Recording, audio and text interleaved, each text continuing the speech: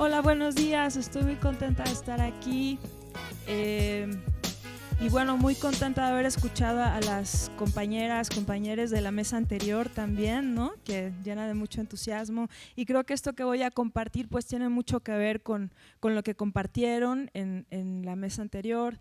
Retomo como algunas notas como notas importantes de lo que dijeron que resuenan totalmente con lo que voy a compartir, ¿no? Que son justamente las prácticas situadas, el consentimiento, el cuidado, cuestionar las narrativas excluyentes. Alguien dijo: contar nuestras historias fortalece nuestra agencia, la escucha como método, cuestionar normatividades, la incidencia en espacios periféricos, imaginar formas de convivencia comunitaria, hacer valer múltiples derechos. Y como las de la pollería cultural, pues a mí me pasaba un poco lo mismo, ¿no? Que nadie entendía qué era esto que estaba haciendo de la Agencia de Detectives de Objetos. Y por supuesto el giro del humor, el giro afectivo, el giro a la educación no formal en la academia, ¿no? La idea de sistematización, y aquello que decían: si crees que no existe el espacio, pues créalo, ¿no? Un poco quería retomar eso porque, pues sí, estoy ubicada justo como en ese mapeo que hicieron en Sinergia las voces anteriores, y quería también preguntar un poco aquí en quienes están aquí, ¿quién conoce el teatro de objetos? Que levante la mano. Ok, bien, bien, bien, era para saber, ¿no?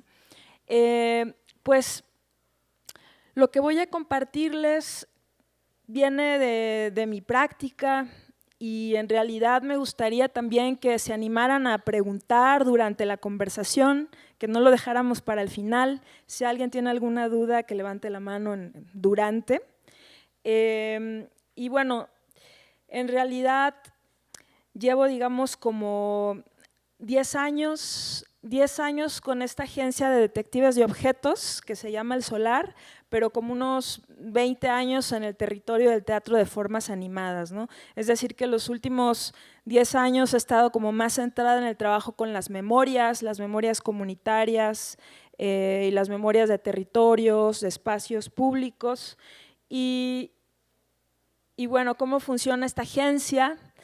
Aquí están mis socios con los que trabajo. Mis socios son españoles, mi socio Jomio Ligor de Navarra y Xavier Bóvez de Cataluña. Pues esta agencia, pues como las agencias de detectives, ¿no? Que te llaman por teléfono y te encargan un caso, pues así funcionamos nosotras también. Nos solicitan hacer residencias en comunidades de hasta 3 meses y medio, de 1 a 3 meses y medio, y entonces con esa comunidad nosotras vamos encontrando lo que es el caso a través de los objetos, ¿no? Y bueno, no nada más hemos trabajado en festivales de teatro, instituciones culturales, también nos han llamado gremios, como por ejemplo la Sociedad Española de Medicina de Familia y Comunitaria, que tiene como 20,000 médicos y médicas de familia afiliadas y con quienes hemos trabajado. Pues también la idea de detective viene de la detección material, ¿no? De la idea de detección material, y porque también en un guiño a Sherlock Holmes, que era como nuestro ídolo, empezamos a leer las novelas y los relatos de Sherlock Holmes en clave material y a extraer lo que llamábamos las claves de Holmes, ¿no? Que si ustedes empiezan a leer esos relatos, que de hecho sí, la inspiración de Arthur Conan Doyle era su profesor de criminología, ¿no? De donde sacó pues todos estos métodos deductivos y de hipótesis, la especulación. Todo eso viene también de un poco el plano forense, y esa fue también un poco nuestra inspiración poética para crear este espacio de detectives de objetos. Aquí, por ejemplo, están viendo una de nuestras oficinas ambulantes, nuestras oficinas portátiles. Esto fue en Girona en el 2016, porque sí somos un pequeño espacio también como la pollería cultural, que nos vamos como asentando en diferentes territorios, en este caso para observar la cultura material. Y bueno, a mí me interesa la investigación artística, la investigación-creación, también soy académica, pero todo lo que les voy a compartir viene de poner el cuerpo, de estar con la gente y de inventarme nociones y conceptos que a veces no existen en el campo de los teatros de objetos, que les falta mucha literatura y mucha investigación, ¿no? En realidad, lo que nosotros hacemos viene de expandir o sacar la mirada del teatro de formas animadas, que esta es una noción de la brasileña Ana María Amaral, no sé si la conocen, que viene a equivaler lo que es teatro de figuras allá en Europa, pues acá le llamamos teatro de formas animadas, donde se incluyen todas aquellas teatralidades que trabajan con materialidades, ¿no? Quizás las referencias más cercanas que tenemos son los títeres y las marionetas, pero también está el teatro de papel, el teatro de los materiales o dramaturgia de los materiales, los teatros del consumo, el teatro de muñecas, de juguetes, el de maquetas, de miniaturas, live film animation, el teatro de objetos, el teatro de objetos documentales, ¿no?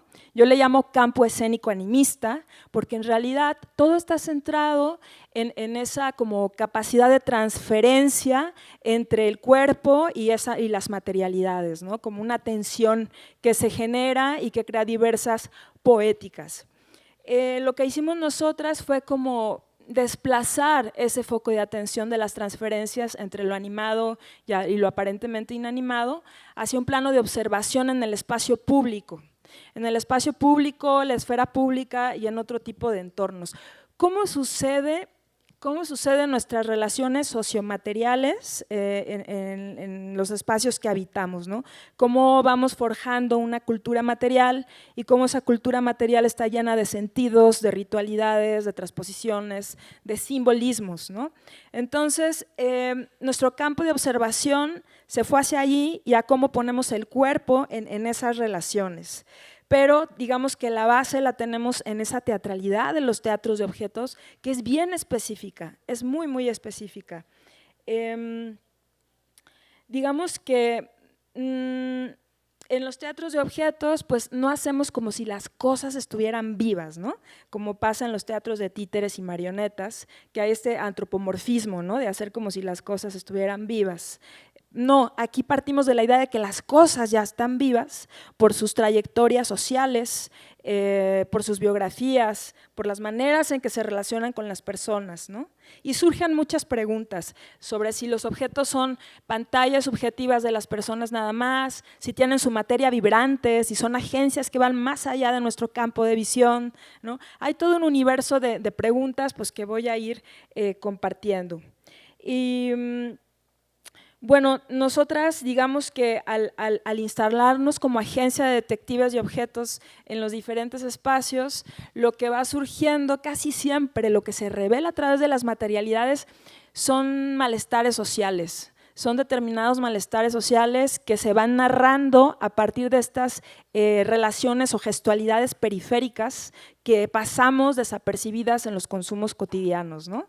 En esta sociedad de consumo en la que vivimos, pocas veces nos detenemos realmente a hacer un análisis de desechos o un análisis material que nos permite entrar como en otras radiografías sociales y cómo eso posee una teatralidad o una posibilidad de transformación poética.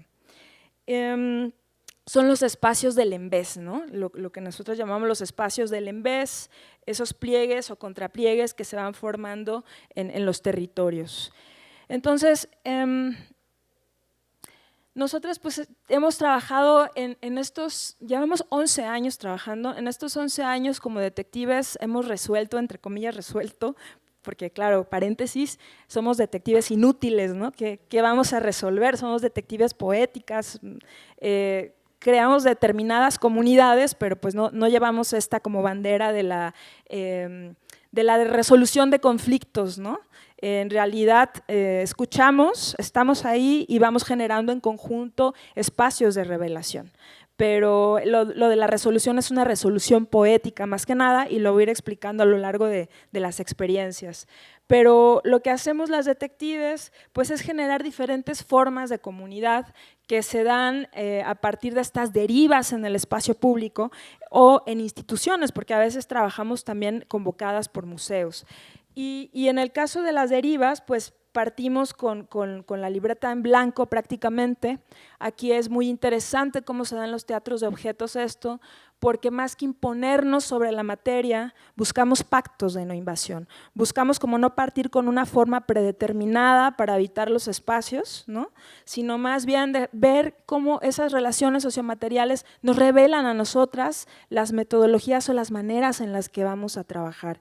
Y partimos de una noción que seguramente han escuchado cuando se trata de habitar ciudades, calles, diferentes lugares públicos, que es el mapa no es el territorio, ¿no? Supongo que han escuchado esta frase, que justamente tiene que ver con habitar el espacio desde todas esas otras confluencias subjetivas, intersubjetivas, corporales, que desbordan la planeación organizada de los lugares, ¿no? Esta ciudad como sistematizada por calles, por planos, siempre está desbordada por imaginarios, por memorias, por procesos que se escapan constantemente. Por ejemplo, ahí estamos caminando con este señor, que es un carpintero, mi querido Armand Lladó, un carpintero de la ciudad de Girona, en Cataluña, una ciudad altamente gentrificada, turistificada, como pasa en México y en muchos lugares, y estamos recorriendo con él el espacio a partir de la memoria que él tenía del espacio al ser el último carpintero del lugar, ¿no? Y toda la otra mapadura que va surgiendo. Y bueno, se van formando diferentes tipos de comunidades, a veces trabajamos con gremios ya establecidos, con asociaciones, como por ejemplo la foto de las fotos gigantes, esta es en Barcelona, estamos trabajando ahí con una comunidad en defensa de los barrios de barracas. Las barracas, ¿saben lo que son? Son como, bueno, las chabolas o lo que en México a veces llaman ciudades perdidas, ¿no? Como asentamientos de ciudades emergentes en ciertas partes de la ciudad. Ya contaré un poco más de este caso, pero ahí, por ejemplo, ellos ya consolidaron un organismo como oficial, o del lado donde están estas fotos de acá, estos son los médicos de la Sociedad Española de Medicina de Familia y Comunitaria, ¿no? Sin embargo, arriba, nosotras a veces, la mayoría de las veces, para no trabajar solas, en espacios que no son los nuestros, en las que somos extranjeras y llegamos invitadas como detectives, convocamos a detectives locales, ¿no? Hacemos convocatorias en donde hay becas y hay financiamiento para apoyar a esas investigadoras en potencia que quieran estar con nosotras. Y ahí, por ejemplo, estamos viendo en Cádiz este grupo maravilloso de detectivas y objetas que nos ayudaron a habitar la ciudad y que terminan siendo siempre parte del proceso, ¿no? Esto es comunitario, la gente que participa acaba casi siempre siendo parte del proceso. Luego también pues hay comunidades, voy a mostrar más ejemplos, que son muy interesantes, que se forman ya en la forma final, ¿no? Que tienen que ver con comunidades que están en disenso, que están en conflicto y que gracias a los objetos podemos como hacer una mediación, como hacer diferentes como diálogos con las personas.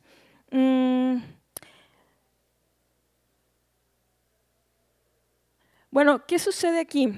Yo me metí a estudiar antropología justamente porque sentí que necesitaba herramientas, más herramientas para trabajar con las comunidades y digamos que allí el oficio del ser detective de objetos, es como un quehacer de intersecciones, ¿no? En donde confluye la literatura, donde confluyen los teatros de objetos, pero también la antropología. Hay una fuerte componente etnográfica en este trabajo que hacemos y digamos que en esta presencia que se va formando como detectives, donde entra también un poco la teatralidad, ¿no? No se imaginen que caracterizamos a un detective, ¿no? No vamos así como con nuestras gabardinas, o sea, sí tenemos lupas, pero no caracterizamos al detective como tal, ni al inspector Gadget. No sé si alguien aquí conoció al inspector, ¿sí? Uy, yo era mega fan, no sé si, mira, ahora que lo cuento, no sé si es por eso que, bueno, el caso es que no caracterizamos al detective como tal, sino que viene de la detección, como decía, ¿no? Pero sí es importante cómo yo me voy situando en esa comunidad, cómo va surgiendo un relato en mi relación con ese espacio, cómo yo voy armando mi ser detective allí, ¿no?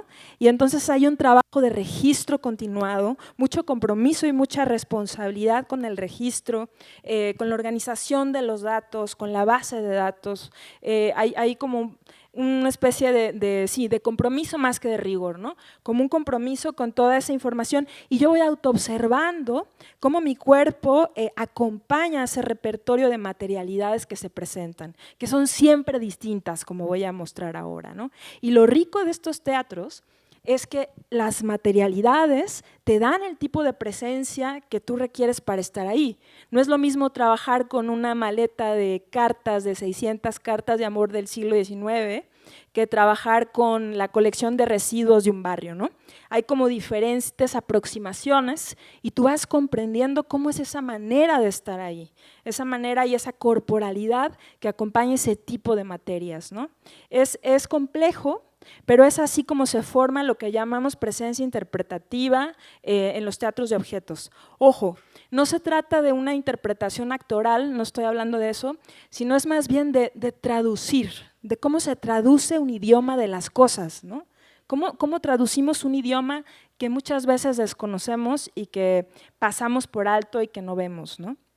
En ese sentido se va generando esa presencia interpretativa, sí. Perdón, es que propuse la dinámica de ir, sí. ¿Se escucha? ¿Lo escuchan? Ah, mira, viene el micrófono. Ya viene. Hola, Shaddai. Yo tuve el gusto de que nos salvaras en la pandemia, conociendo tu trabajo a través de la plataforma de Teatro UNAM, ¿no? Y te lo agradecemos. Bueno, yo te hablo por parte de mis estudiantes, que bueno, se conmovieron, lloramos juntos, demás, viendo tu trabajo, y desde ahí empecé a conectar con otras formas con otras expresiones que tenían que ver con el teatro de objetos. Y ahorita que estás hablando de toda esta acervo que tienes y del cuidado, estoy pensando en esta noción de archivo. ¿Qué pasa, no? Y con la materialidad. Yo soy una especie de acumuladora compulsiva, ¿no? Sí, pero, bueno, claro, porque siempre digo, esto va a servir para algo en alguna obra de teatro, ¿no? A alguien le va a servir, ¿no? Y claro, luego ya no cabes en tu casa, ¿no? Y te quieren echar y demás, y empiezas a, ¿no? Esto ya no, y no te avisan y ya no lo tienes. Pero, ¿cómo haces con estas materialidades cuando estamos hablando, ¿no? Estoy viendo acá al maestro Jorge Acuri, cuando estamos hablando de sustentabilidad, ¿no? Cuando estamos hablando de qué pasa con esas materialidades, con esos objetos, dónde se guardan, qué pasa con la materia con la que están hechos. Cuando tú empezaste a hablar, yo soy de Michoacán, y yo no me concibo en el mundo si no estoy en la Semana Santa en Uruapan, que es mi tierra natal, porque se hace la feria de artesanos más grande de toda Latinoamérica. Entonces, yo estoy pensando en qué hago con mis ollitas, ¿no? Y cómo las interpreto, dónde las pongo, el lugar donde las pongo, a nivel personal. Pero cuando lo veo en el escenario o cuando conocí esa primera pieza tuya, bueno, primera para mí y para mis estudiantes, y que nos salvaste, pienso en, ¿y dónde se guarda todo eso? ¿Cómo, entiendo esto de la clasificación, del ser muy específica y como cuidadosa, ¿no? En cómo clasificar y dónde guardar, pero ¿qué pasa con eso? ¿Dónde? ¿Cómo le haces? Perdón, pero Sí, es buena pregunta, sí, porque nos desborda, ¿no? Pero bueno, es que depende, en esto que yo estoy contando, nosotras llegamos a los espacios sin nada, ¿no? Más bien trabajamos con las materialidades del lugar y con las cosas de las personas, y esos objetos se quedan ahí. Lo que nos queda es un poco el registro y algunos vestigios de aquello con lo que hemos investigado, y lo que tenemos nosotras son un archivo de maletas y de inventarios de los casos en ese sentido. Pero ya luego con nosotros otros proyectos, con Oligori Microscopía, que es mi compañía que se presenta en teatros, pues sí tenemos No te puedo explicar lo que tenemos porque una bodega pues llena de cosas, ¿no? Que está allí y que me preocupa un poco porque no sé qué vamos a hacer con eso. Parece no sé, tal vez un día lo llevemos a la Lagunilla o a algún lugar o no sé, sería muy feo, ¿no? Pero no lo sé porque es la vitalidad de las cosas y al final son esos lugares bien interesantes donde nada le pertenece a nadie, ¿no? Porque son objetos intensamente vividos de fallecidas, de personas que ya no están y que luego encuentran una segunda vida. ¿Qué hacer con eso? Pues no sé, ahí entra una pregunta más allá. En los laboratorios que yo doy siempre llegan personas con archivos familiares, por ejemplo, que son herencias, muchas son legados que pesan, ¿no? Que pesan porque no se sabe qué hacer con ello y sin embargo no te puedes deshacer de ello porque hay una idea del patrimonio, ¿no? De cuidar. Esta palabra que no me gusta nada de patrimonio, pero hay esta idea de conservación. Entonces, estos teatros justamente nos abren un observatorio a la pregunta por la sociomaterialidad, ¿no? ¿Cómo yo me relaciono con estas cosas y qué preguntas abre para la memoria colectiva, ¿no?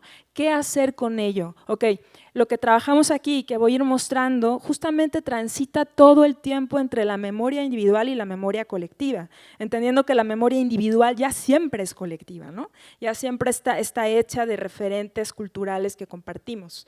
Entonces, un poco interrogamos esos archivos que nos causan malestar o esas preguntas, ¿qué hacer con ello, no? ¿Qué hacer con esas tacitas, ollitas? ¿Qué hacer? Más allá de preguntarme por su modo de producción, por la comunidad de la que viene, también me pregunto ¿qué va a pasar con ellas después, por decir algo? Estoy poniendo un ejemplo de las miles de posibilidades, ¿no? Y estos teatros nos ofrecen el espacio para hacer esas preguntas por los legados y las herencias, y cada quien lo aborda de manera distinta de acuerdo al tipo de materialidades, pero lo interesante es desensimismar la pregunta también, como llevarlo a ese territorio de lo personal es político un poco, a partir de los objetos, ¿no? Y estamos todo el tiempo transitando en esa procesualidad de la memoria. Aquí la memoria no la entendemos, por supuesto, como algo remoto, ni fijo, ni pasivo, sino como un animal vivo y crítico que se está moviendo todo el tiempo, ¿no? Ahora mismo pasaron 5 segundos y ya hice memoria. En ese sentido, y aprovecho tu pregunta para hablar de esto, no se imaginen que lo que trabajamos son siempre objetos antiguos, ¿no? Como objetos con tiempo. No. Y aprovecho para hablar de las relaciones sociomateriales. En antropología existe esta noción de los observables. Esto yo lo aprendí estudiando ahí. Cuando tú vas a un territorio, a un campo de trabajo, puedes tener una observación flotante y permearte de todo eso que estás observando. Pero si tú delimitas la observación a un observable, empieza a cambiar el territorio, ¿no? Nuestros observables como detectives de objetos y de teatristas de objetos que también trabajan en territorio, es esto de la relación sociomaterial. Pareciera como muy fácil, pero no lo es tanto, ¿no? ¿Cómo nos estamos relacionando ahora mismo con los bolígrafos, con las plumas que estamos usando? Parecería un dato inútil, pero no lo es. A partir de ahí se desprenden análisis macrosociales súper potentes que hablan desde estas periferias, ¿no? Estos observables son potentísimos y ayudan a delimitar el campo, ¿no? Entonces, ¿qué pasa? Muchos de estos observables me llevan a preguntarme por la memoria de las cosas, en qué voy a hacer con estas cosas. Y allí, al ser la relación sociomaterial, no me estoy centrando en un objeto del pasado, sino cómo me estoy relacionando en el presente, por ejemplo, con los iPhones, ¿no? Con las tablets, con los objetos digitales. Entonces, puede ser cualquier tipo de materialidad, no tiene por qué ser una materialidad arcaica o artesanal, ¿no? Puede ser cualquier tipo de materialidad. Bueno, más o menos te respondí, es que tendría que ver yo tus tacitas para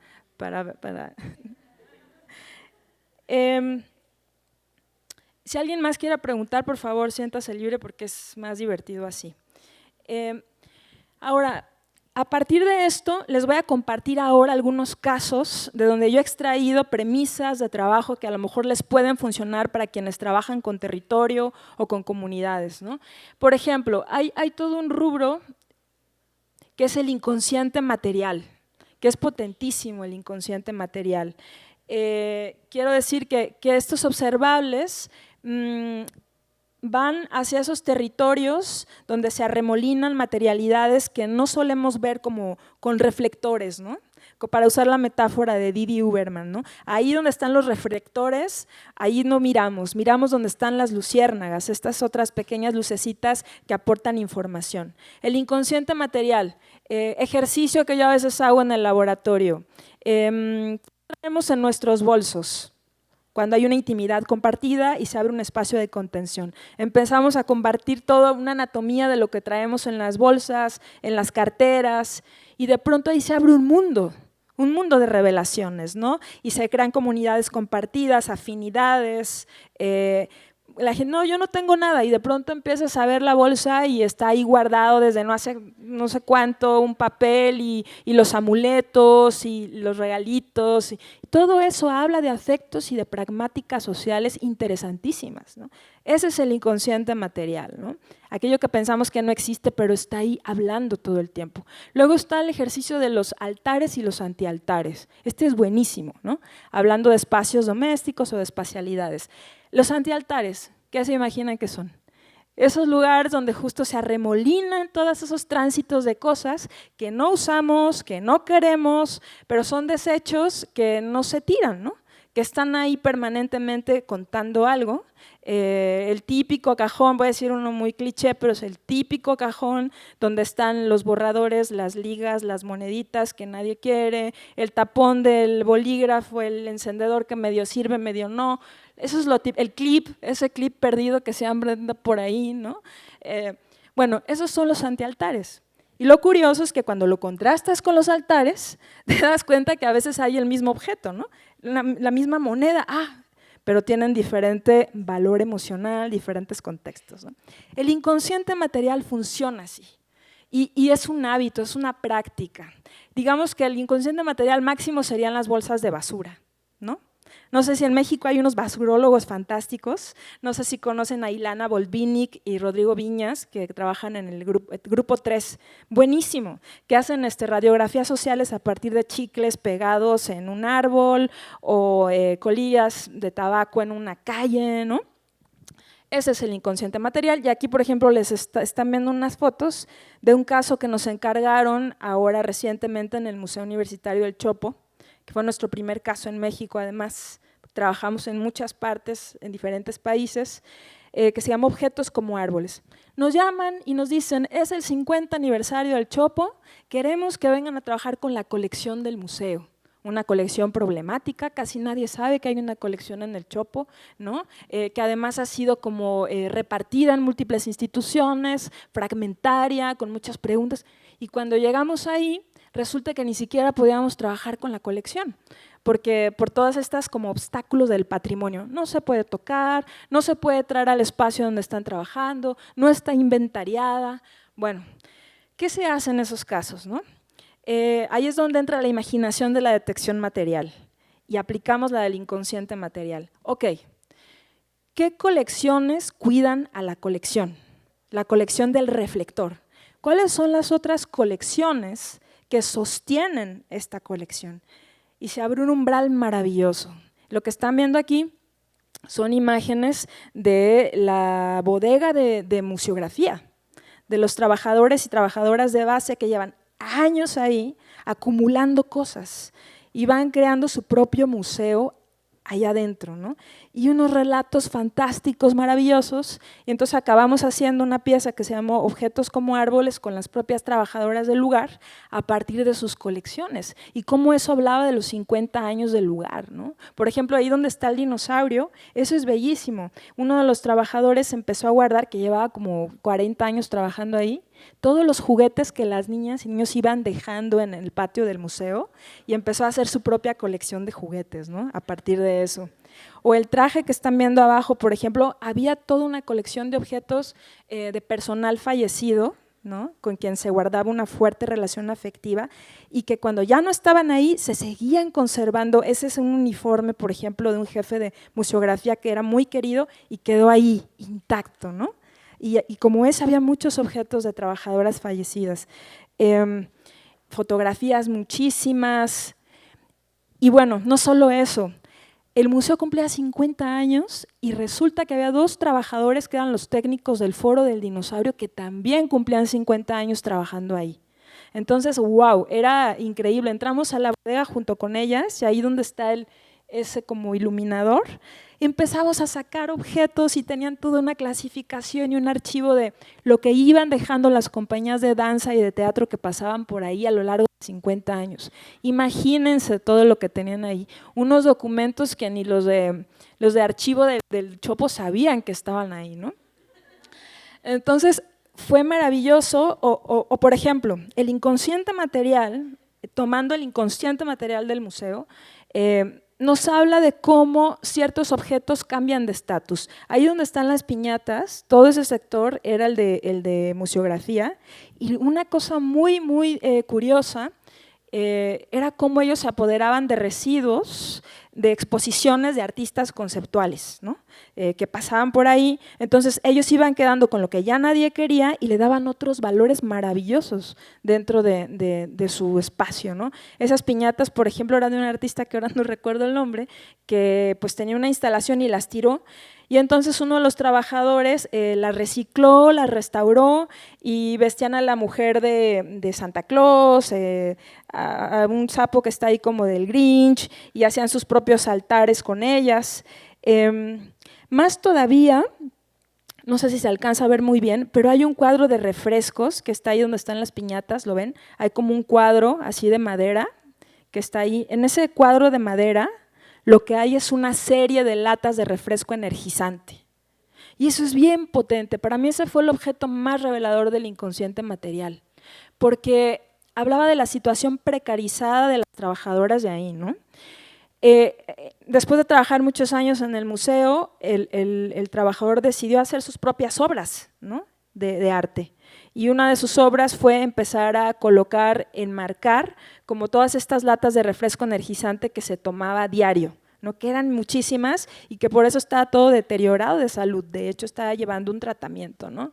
Entonces yo estuve abogando para que esa obra pasara a la colección del museo, porque hablaba de la verdadera condición de los trabajadores y de todo lo que tienen que hacer a partir de esos desechos, pero me parecía muy potente que decidieran marcarle y darles estatus de obra de arte, ¿no? Pero todo esto está ahí en las bodegas y no saben qué universo se abrió. Pudimos hacerle un homenaje a los trabajadores que con nosotros se jubilaban, ¿no? Nuestra obra fue la última que hicieron en sus 50 años y fue un espacio también para hacer un homenaje a partir de esas materialidades periféricas que están cuidando a la colección principal, ¿no? Queda más o menos claro lo que es el inconsciente material. Y bueno, sirva de paso para decir que con las detectives pues hacemos muchos espacios de homenaje, ¿no? Homenajeamos a muchas personas con los objetos. Bueno, otra de las cosas, esto es bien potente también, las políticas de lo sutil. Otra de las cosas que va emergiendo en esta observación sociomaterial, ¿no? Que luego se transforma poéticamente. ¿Qué son las políticas de lo sutil? Son justamente, ya sé, va a sonar muy friki, pero es que es friki, o sea, todo esto es así, es como, son todas esas marcas, desgastes, pequeños vestigios, huellas que quedan en las cosas o en los espacios a nivel material y que nos hablan de pragmáticas sociales bien profundas, ¿no? Marcel Duchamp, el artista conceptual, le llamaba infraleves o infrafinos. Es bien bonita esa noción. Yo se la tomé prestada para esto. Los infrafinos. Decía, ¿cómo le podemos llamar a esas pequeñas realidades materiales que se escapan continuamente, como el sonido de un pantalón al caminar, ¿no? El impacto que deja el vaho sobre el vidrio, no sé, diferentes, el rastro que deja mi cuerpo cuando me levanto de una silla, ¿no? Las detectives de objetos o los teatros de objetos justo trabajan con esas informaciones, esos son nuestros datos y a partir de eso vamos configurando una poética, ¿no?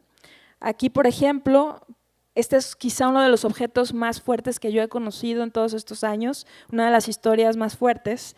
Esto fue en Berlín, el caso Diario Entre Líneas. Nos llamaron para hacer algo sobre el aniversario de la caída del muro de Berlín, ¿no? como si el muro no estuviera presente en toda la ciudad. Era súper difícil y teníamos una traductora alemana. Fuimos a este lugar que es una cárcel, es una prisión de la Stasi, de la policía secreta, del lado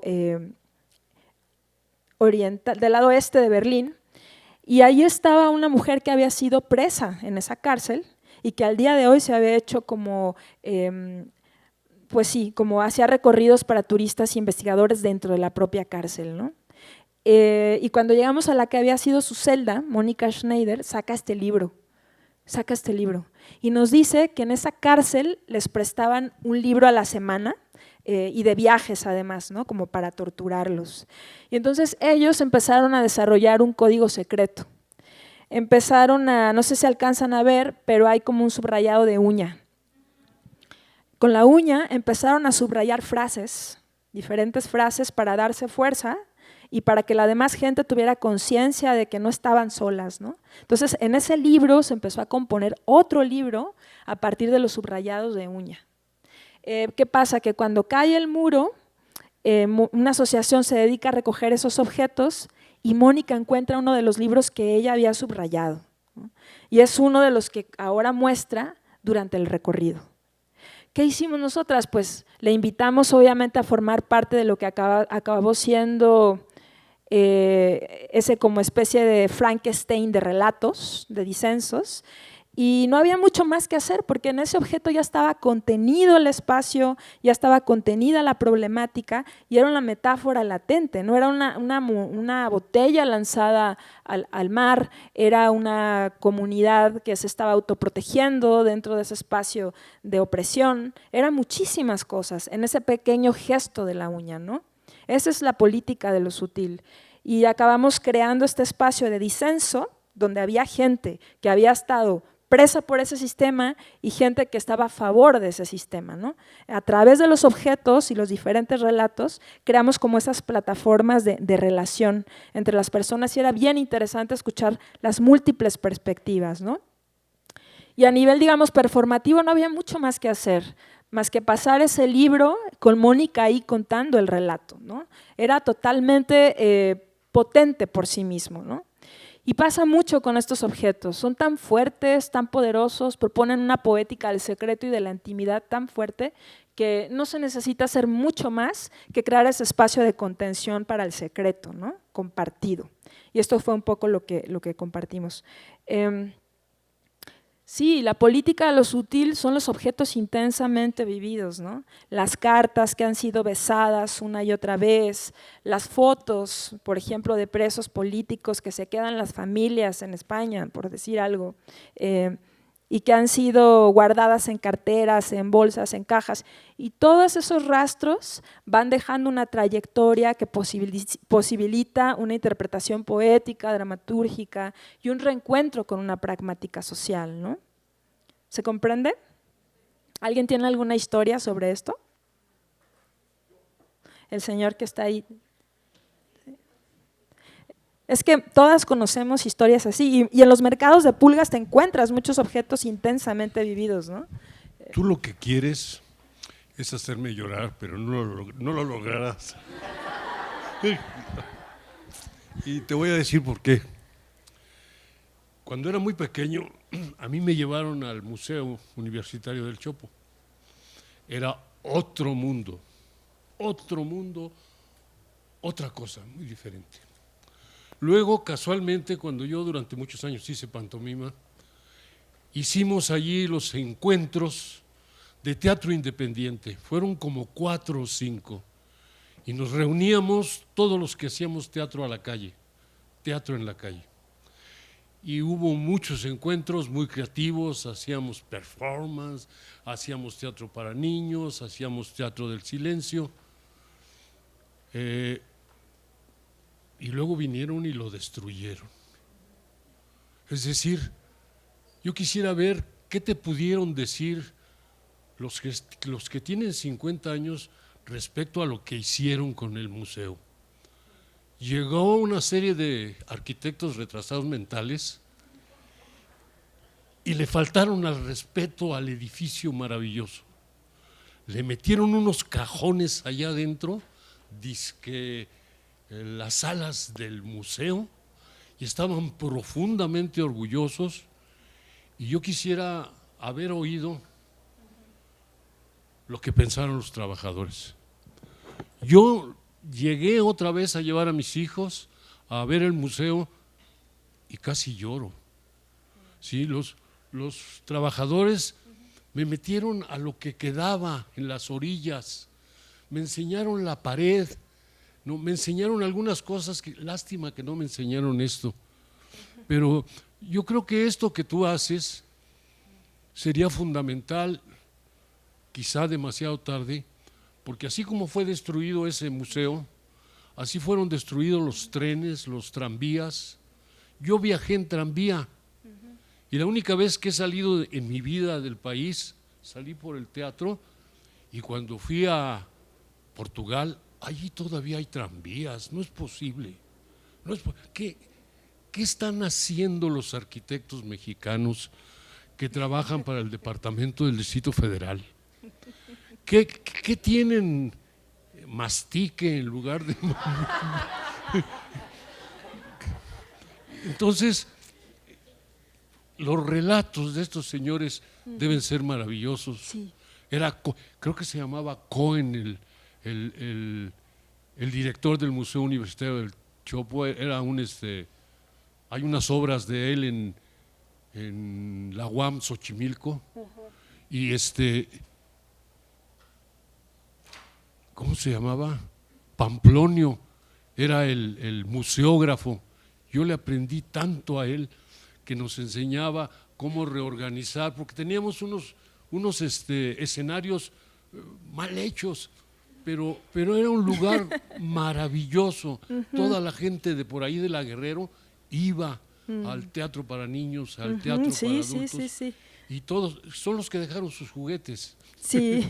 Entonces yo ahora que lo oigo digo, no es posible que haya tanta insensibilidad en México al respecto.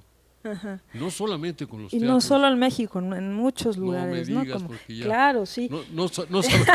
No sabemos qué mundo estamos legando, y lo digo yo porque yo ya soy muy viejo y a mí me preocupan mis nietos, ya ni mis hijos, mis nietos. Ay, muchas gracias. ¿Cuál es su nombre, perdón? Rafael Pimentel, para servirte. Muchas gracias, Rafael, por su observación. De hecho, justo lo que sigue tiene que ver con lo que está comentando. Me voy a parar porque de los palimpsestos, ¿no? De los espacios como palimpsestos, que es una cosa fundamental en este trabajo de detección, que son justo como todas estas memorias arquitectónicas entretejidas, memorias materiales de los lugares que van quedando como un palimpsesto. ¿Saben lo que es el palimpsesto? Bueno, es una figura en la época de los egipcios, cuando no había papel, había papiros, se escribía, como no alcanzaba el papel, se borraba y se escribía encima, y se formaba un palimpsesto. Es bien interesante, si no lo conocen como figura, como concepto, es maravilloso, ¿no? Es una escritura sobre otra escritura, una escritura que deja rastros de la anterior.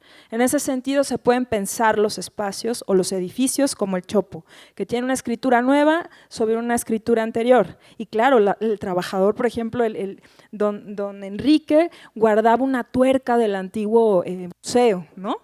Quedaban restos arquitectónicos del antiguo museo.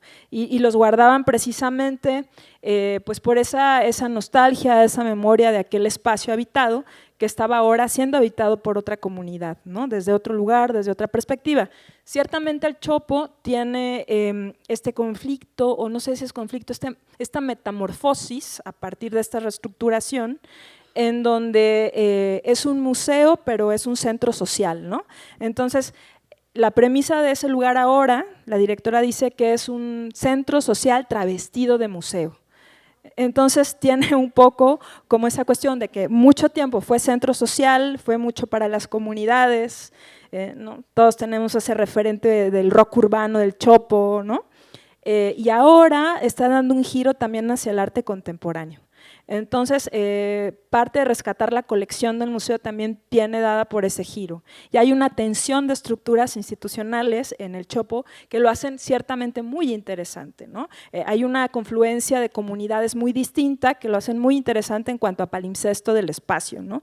Y tal vez ahí es donde juega también todos estos residuos arquitectónicos como testigos de algo que ha sido, ¿no?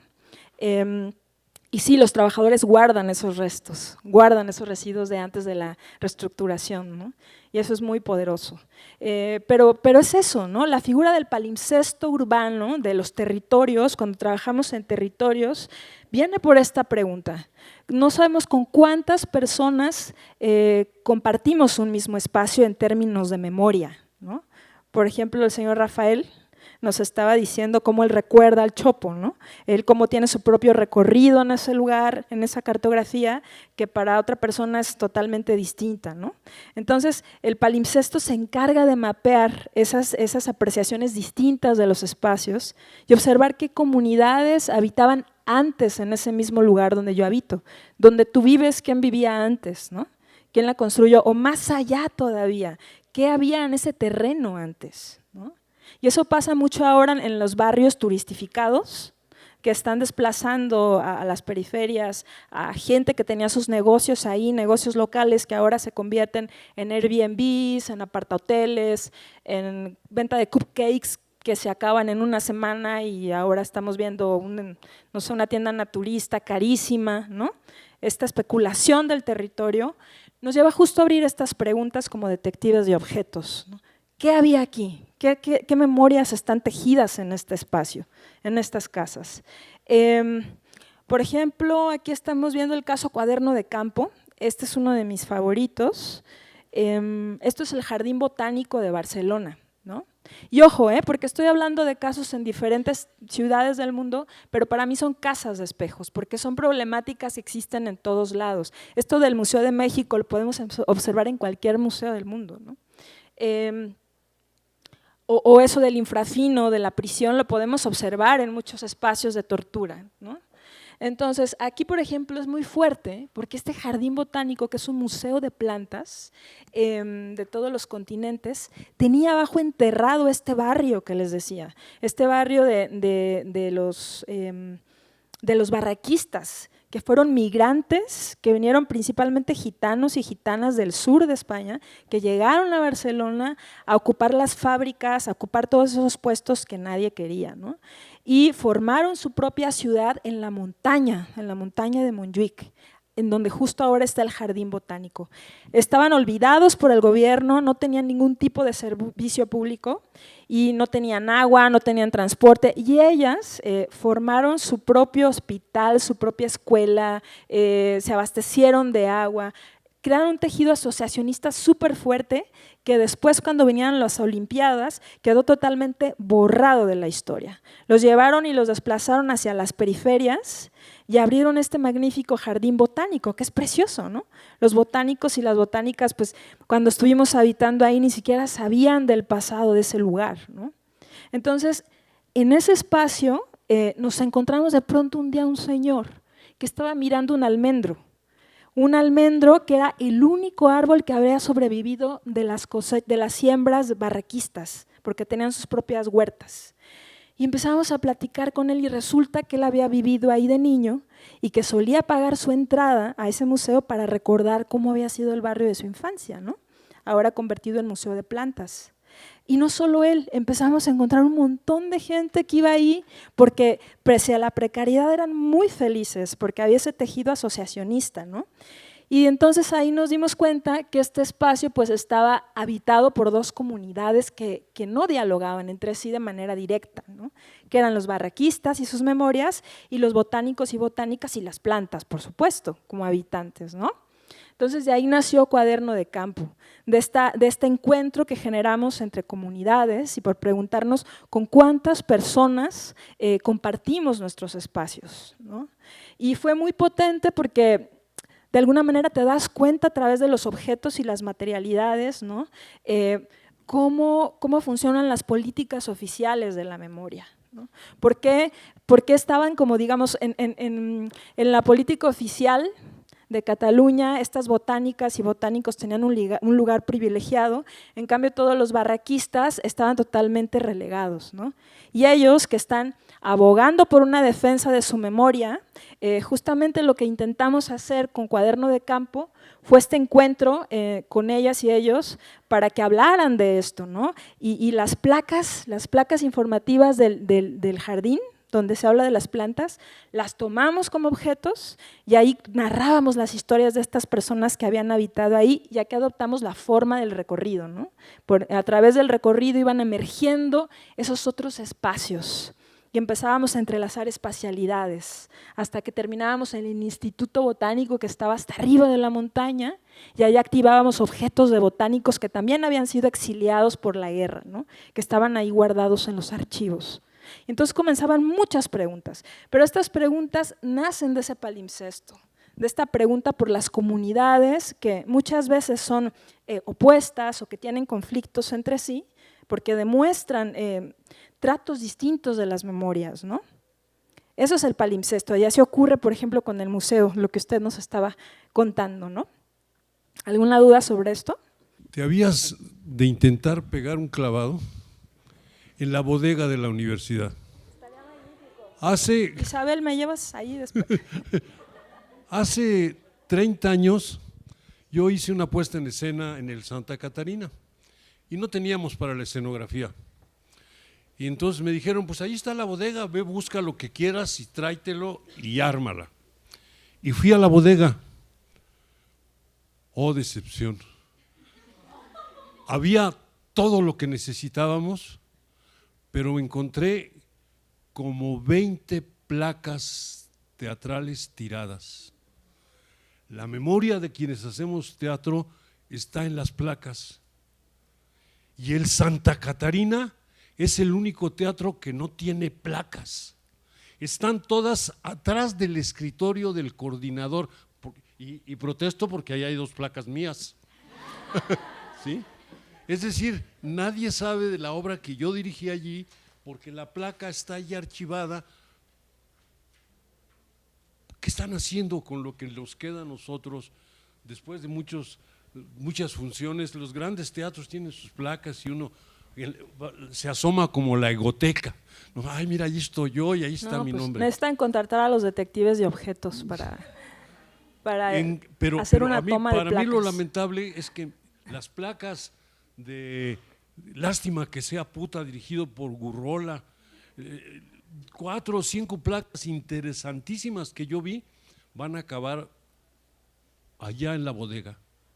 Y de la bodega las van a reciclar y las van a tirar, y a lo que nos queda a nosotros, como es la más efímera de las artes, que es el teatro, es nada más la egoteca de la placa, de las fotos.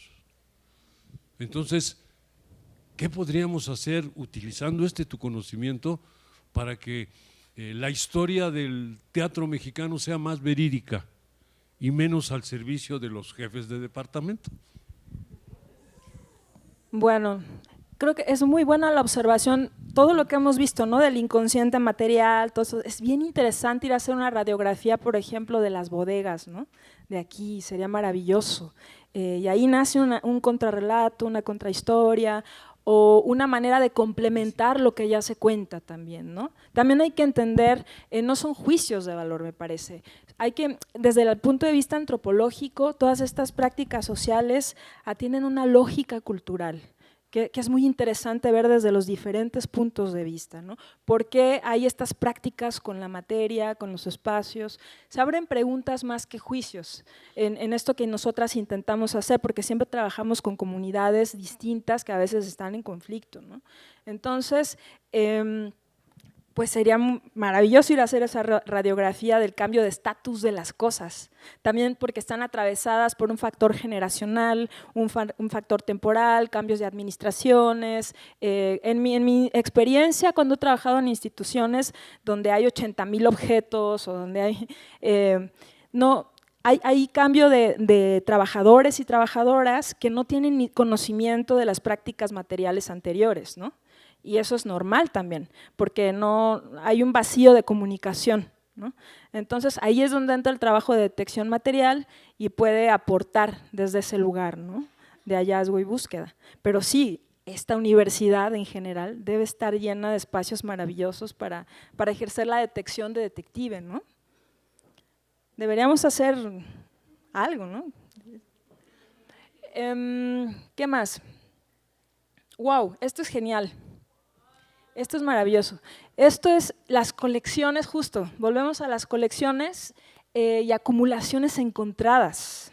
Maravilloso. Cuando llevas con esa mirada de detección, ya empiezas a observarlas en todos lados, ¿no? Esto que están viendo aquí fue nuestro primer caso en el 2016. Es una carpintería que tenía 70 años de antigüedad, con 4 generaciones de carpinteros, donde no se había movido un solo objeto en 70 años, ni se había tirado un solo objeto en 70 años. Estaba ubicada en el centro de Girona y a nosotras nos encargaron, queremos que hagan un caso de detectives que residan 3 meses en este barrio viejo. Sí, pero ¿qué hacemos? Lo que ustedes quieran. ¿Ok? Entonces nos empezamos a observar que la problemática más fuerte del barrio era justo la turistificación, porque en Girona se ha filmado El Perfume, Juego de Tronos, diferentes series que la están convirtiendo como en un plató cinematográfico para turistas y todos los comercios que había están siendo, bueno, ya casi no hay, quedan muy pocos comercios que han resistido. Y estaba esta carpintería, el último carpintero del barrio viejo que habían construido media ciudad había pasado por sus manos, la carpintería Lladó, claro, con árboles de maderas africanas, americanas, ¿no? Y ahí ya también había todo un relato. Pero cuando entramos a residir ahí con el carpintero, que terminó activamente participando con nosotras, no es que no había mucho que hacer más que activar la propia carpintería, que además había sido un teatro en el siglo XIX, la carpintería. Hablando de palimpsestos, les voy a enseñar esta foto nomás porque se podían ver los restos del escenario, ¿no? Entonces, esa carpintería, a partir de la convivencia con el carpintero, volvió a ser un teatro, pero contando la historia de la propia carpintería y no nada más. A partir de todas las colecciones de cosas acumuladas que había ahí, que ni siquiera el carpintero sabía que tenía ahí, pudimos crear un contrarrelato del barrio, que fue maravilloso, ¿no? Por ejemplo, tenía 70 años de facturas no tiradas y 70 años de llaves no tiradas, porque también eran cerrajeros. Entonces, cada vez que cambiaban una cerradura, se quedaban con la llave antigua. Entonces, tenían 70 años de llaves y de facturas. Esas facturas, que fíjense cómo son, o sea, es un museo de la factura, tenían las acciones de los carpinteros, porque la partitura de un carpintero, la factura de un carpintero es una partitura de acciones. Vienen ahí medidas, vienen ahí materiales, ¿no? Lugares, fechas. Y con eso pudimos reconstruir lugares que ya se habían borrado del barrio a partir de las facturas de los carpinteros y a través de las llaves también. Son como geobjetos, ¿no? Que tienen coordenadas precisas en el espacio urbano. Entonces creamos todo un contramapa de lugares borrados. Y fue maravilloso porque la gente colaboraba con nosotras, ¿no? Venía al público y se acordaban de los sitios y empezaban a completar, empezaron a llegar familias y fue bien bonito como la comunidad de memoria que se armó. Y aquí viene una cosa muy importante. Yo estoy hablando de contramapa, contraespacio, ¿no? La contra, las figuras del embés. Y hay una categoría que ha surgido un poco de estas prácticas, que es el contraobjeto. El contraobjeto es fundamental porque justamente esas formaciones materiales periféricas, cuando las pones en relación y les das una poética, forman espacios de réplica o de diálogo o de crítica a esas políticas oficiales de la memoria, ¿no? Aquí en México hay mucha gente haciendo contraobjetos también para Cuerpos sin Duelo, por ejemplo, ¿no? O muchos espacios que el propio Estado no provee, a través de estas objetualidades se pueden proveer, ¿no? Son contraespacios de alguna manera en ese sentido, porque los monumentos, los contramonumentos, todas estas figuras que nacen materialmente de esas ausencias o de esas omisiones, ¿no? Entonces, un poco este mapa dialogaba con esas memorias perdidas de ese barrio a partir de la colección de los carpinteros, ¿no? Entonces, esta es otra forma de trabajo. Las colecciones siempre nos van a hablar de no solo de la pasión de la persona, sino de un espacio, de una posible radiografía social. Me imagino, a ver, levante la mano aquí, ¿quién tiene una colección? ¡Oh!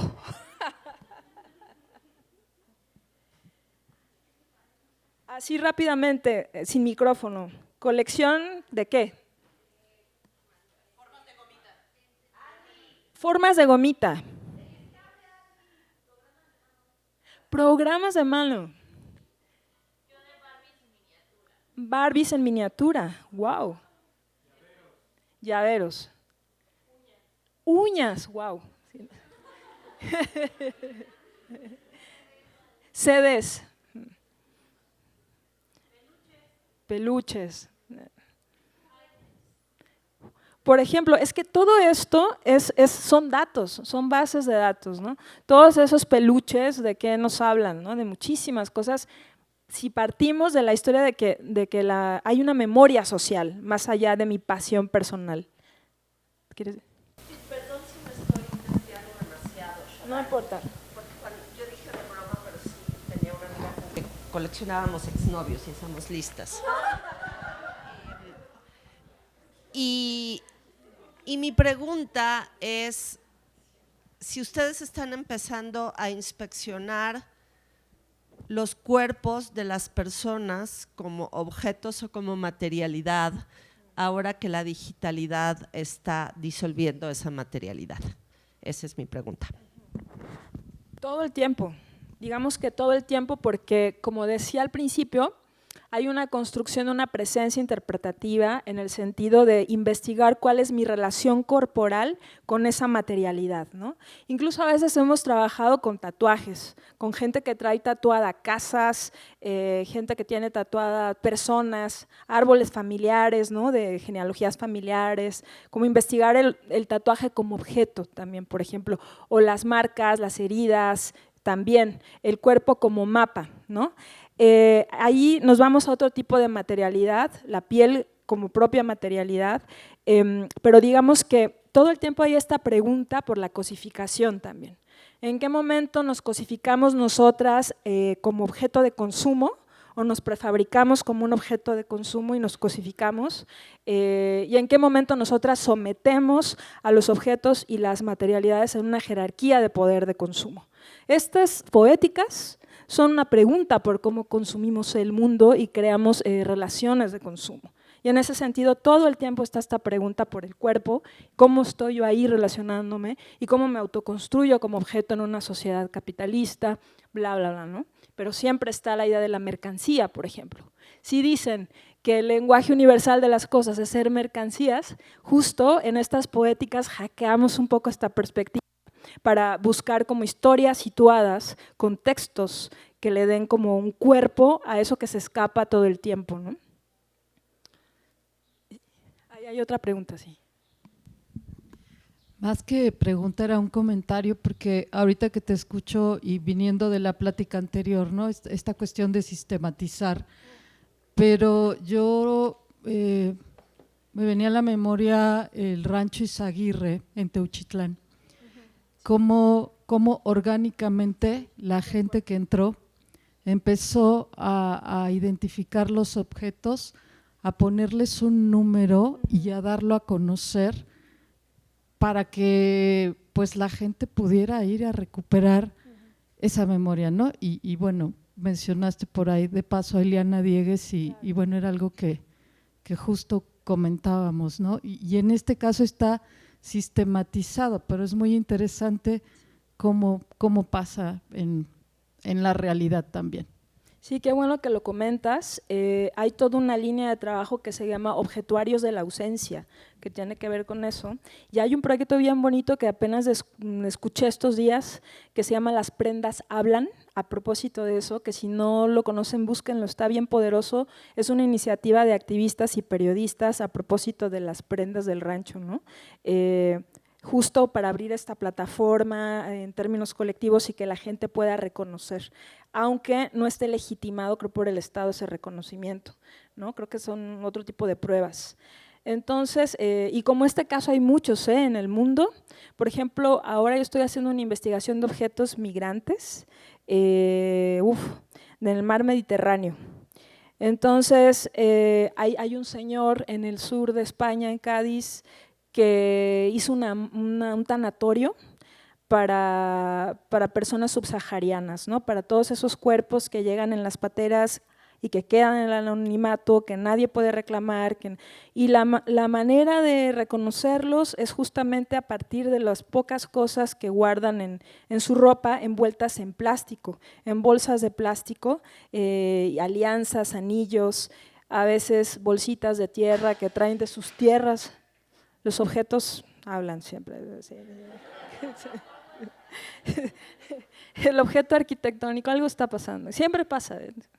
Entonces, sí, y el Estado, sin embargo, no permite que se haga ese reconocimiento por prendas, tiene que ser por prueba de ADN, y eso es muy complicado a nivel económico para las familias, ¿no?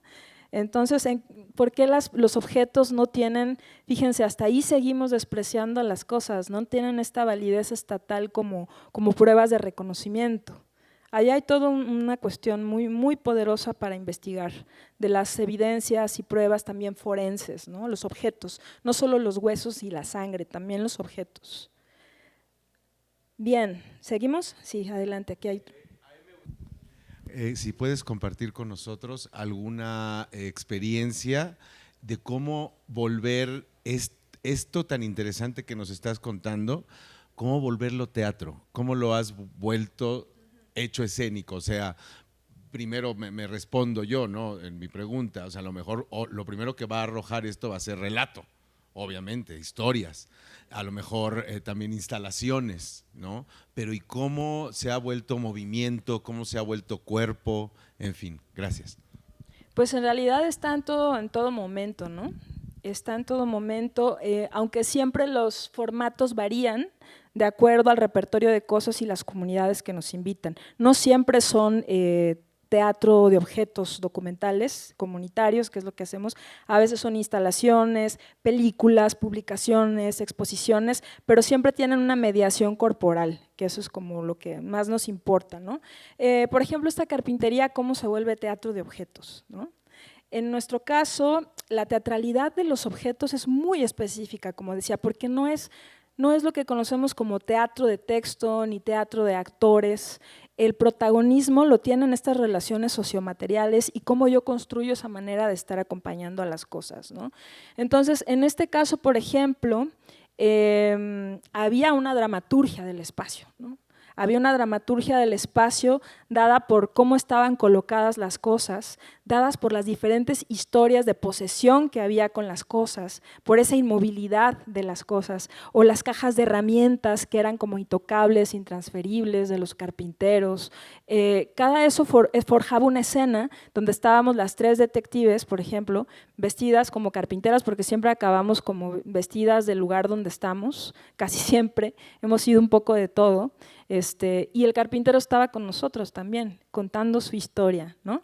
Entonces, había, por ejemplo, una escena, por decir algo, en donde una mesa de noche, una mesita de noche, que era la favorita del carpintero, porque se la había hecho su papá, y él veía a su papá en esa mesita de noche, le habíamos preguntado con cuántas herramientas había hecho esa mesita de noche, y estaban todas dispuestas en la pared y en el espacio, ¿no? Entonces diseccionamos a través de gestos con las manos todas las maneras de trabajo que había tenido para hacer esa mesita de noche, apoyándonos de la luz. Entonces nuestras manos aparecían en diferentes sitios del espacio con esas herramientas y al mismo tiempo se iban alumbrando en la pared. Y era como toda una coreografía visual de ese movimiento y a la vez escuchábamos el relato también, ¿no? Había una dramaturgia del espacio descompuesta por esa familia de objetos que habían hecho la mesita de noche, por ejemplo. Y luego esa mesita de noche se abría y resulta que era de un árbol que había tenido 200 años, ¿no? Y podías verlo en los anillos. Y a partir de eso configuramos un calendario donde narrábamos algunos acontecimientos de la propia carpintería dentro de la mesita, del mueble. Era un calendario geológico, ¿no? Entonces, hay muchas estrategias distintas y cada caso nos invita a una teatralidad diferente. Hay un relato, una incorporación de la gente, una dramaturgia del espacio, una disposición de luces, pensar hasta dónde los objetos ya cuentan por sí mismos o precisan de mi relato, que es una de las grandes cosas, la textualidad versus la objetualidad, ¿no? Y por supuesto el movimiento. Hay una cuestión, no hacemos como si las cosas estuvieran vivas, ¿no? Pero sí, eso no implica que no haya coreografías de la materia, ¿no? Que eso es fantástico. Cuando hay esa cuestión de las cualidades del movimiento, inventarios de gestos, forjación de partituras, ¿no? Ya hay toda una composición. Pero esto viene dado por el lugar donde estamos. Nunca llegamos con algo predeterminado, ¿no? O por ejemplo, hay técnicas que yo comparto en los laboratorios que son muy divertidas, ¿no?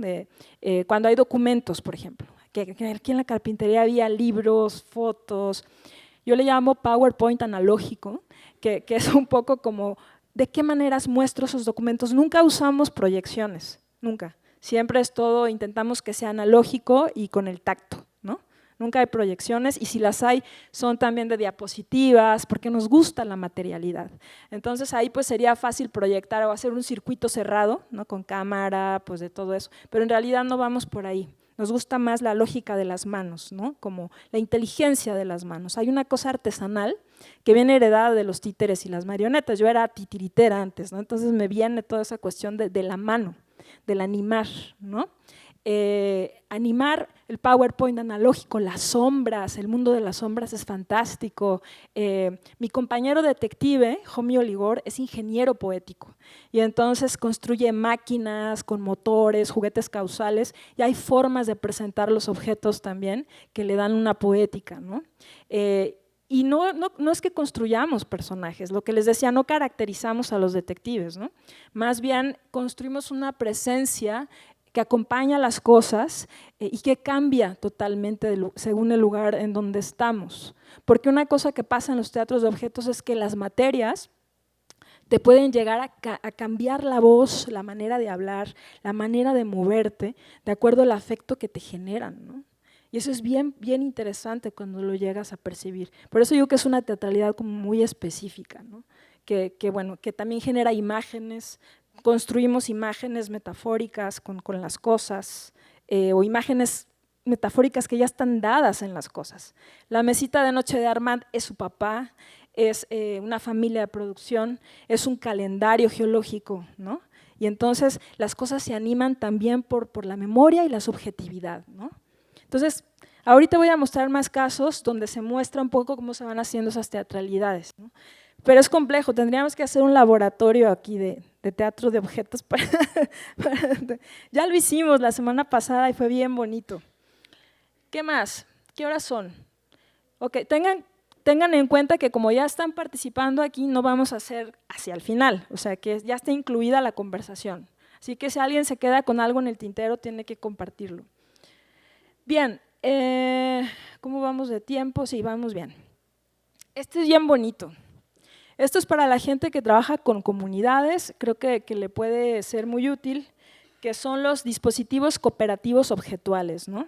Cuando invitas a la gente a traer un objeto sobre un mismo tema. Eso es bien poderoso, porque puedes como observar cómo funciona un territorio a partir de eso, ¿no? Aquí, por ejemplo, en Cádiz, los mapas vivos fueron objetos que eran contra souvenirs, que eran objetos que viajaban en sentido contrario a la industria de la memoria en un territorio, ¿no? Como Cádiz, que se está igual gentrificando. Trabajamos mucho con la turistificación de los espacios y entonces creamos este mapa de papel que es un documento poético, ¿no? Que es un mapa contrario al mapa oficial turístico que privilegia unos negocios sobre otros y crea una economía sobre otra, ¿no? Entonces aquí era muy bonito como todas estas historias de objetos de gente que habitaba el barrio nos llevaba a recorrerlo desde la intimidad, ¿no? Cómo un lugar público se puede vivenciar desde la intimidad. Y todo a partir de este equipo de detectives locales que nos conectó con diferentes historias del lugar y creó este mapa, ¿no? Este contramapa. Pongo un ejemplo para que se me entienda mejor. ¿Cómo resignificar y habitar el espacio público desde la intimidad material? Esa es también como una de las premisas, ¿no? Por ejemplo, esta chica y su canica, ¿no? Resulta que en esta ciudad las alcantarillas, todo el alcantarillado, había sido un campo de juegos durante la dictadura y en la posguerra, ¿no? Se utilizaban como campos de juegos las alcantarillas. Entonces, fíjense qué potente como está. La historia de esta canica nos llevaba a ver de diferente manera ese espacio, ¿no? Cómo un objeto tan ínfimo puede resignificar ese espacio. Aquí aplicamos también la del recorrido y en cada estación se iba relatando una historia por parte de las personas que habían habitado allí. Esta chica es trabajadora social y ella vivía en ese callejón donde está esa alcantarilla. Entonces, en ese callejón había mucha gente que se drogaba con heroína, que es algo que ocurría mucho allá en España durante la transición, después de la dictadura. Y ella como niña convivía con todas esas personas y siempre la respetaban, la trataban bien. Y un día, con la turistificación, empezaron a desplazar a todo ese tejido vecinal otra vez hacia las periferias. Y solía jugar ahí con esa canica, ¿no? Donde estaban estos chicos que se drogaban. Y entonces ella, cuando creció, que también fue desplazada, y ahora ahí donde ella vivía hay apartahoteles, es muy fuerte ver eso de los apartahoteles, decidió estudiar trabajo social, decidió ser trabajadora social para poder apoyar justamente a todas las personas en estado de drogadicción, ¿no? Porque ella tenía ese recuerdo de las personas que habitaban ahí y siempre guardó esa canica con la que jugaba y ha sido como una especie de amuleto que le ha acompañado todo el tiempo para recordar ese espacio y esa relación social, ¿no? Entonces, ahí lo que se activaba era su juego en la alcantarilla y este relato, y entonces empezábamos a ver desde otro lugar y a hacernos preguntas desde otro lugar a partir de la relación con la canica y la alcantarilla, ¿no?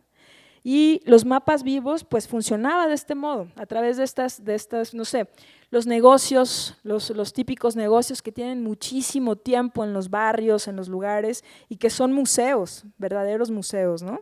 Como el millonario que lo estamos viendo ahí, que era un negocio de bromas y juguetes y de bromas, ¿no? Un negocio de bromas, o sea, y también como Cádiz es una ciudad de carnaval, pues muchos disfraces, máscaras, y la gente pues iba más ahí al millonario, lo veían más como un museo que al propio museo de la ciudad, ¿no? Que nadie va. Eso es para turistas. El museo de la ciudad está en la tienda del millonario, que de millonario no tenía nada, ¿no? Pero bueno, solamente el nombre. Y nada, pues creamos esta tribuna pública también a través de este mapa que se activaba con la gente local, en donde ahí, por ejemplo, ya había más escenas como más teatrales, hechas por la gente de ahí. Había incluso cantautores, porque es una ciudad de cante, ¿no? Cádiz, gitanos que cantaban y contaban historias personales con una dramaturgia que les habíamos ayudado a armar a través de los objetos, ¿no? Pero venían de un trabajo de campo, venían de una exploración de la ciudad y de la propia vida, ¿no? Y se creaba esta tribuna, esta otra comunidad. Volvemos al tema de la comunidad, en donde la gente expresaba como comentarios o malestares sobre su ser habitante desplazado, o invitábamos como activistas también que hablaban de la situación de la gentrificación y se generaban diálogos. O sea, nos aprovechábamos del espacio social que genera el teatro, ¿no? Y era bien interesante las comunidades que se armaban allí. ¿Preguntas hasta aquí? Ahí hay otra pregunta, allá hay otra. A ver. Gracias. En relación a lo que dijo Bruno, estoy pensando en, bueno, yo lo que vi de tu trabajo era un video, ¿no? O sea, era el ojo de la cámara que te va haciendo el recorrido.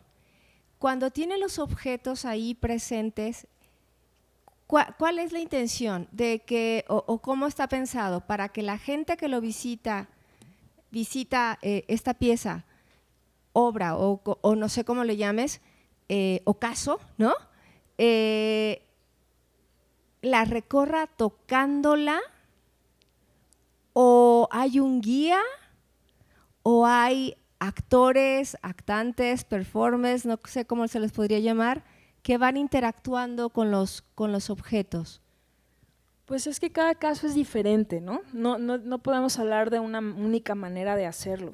O sea, me es difícil contestarte porque cada caso tiene una manera de acompañamiento distinto, pero generalmente se forman instalaciones, ¿no?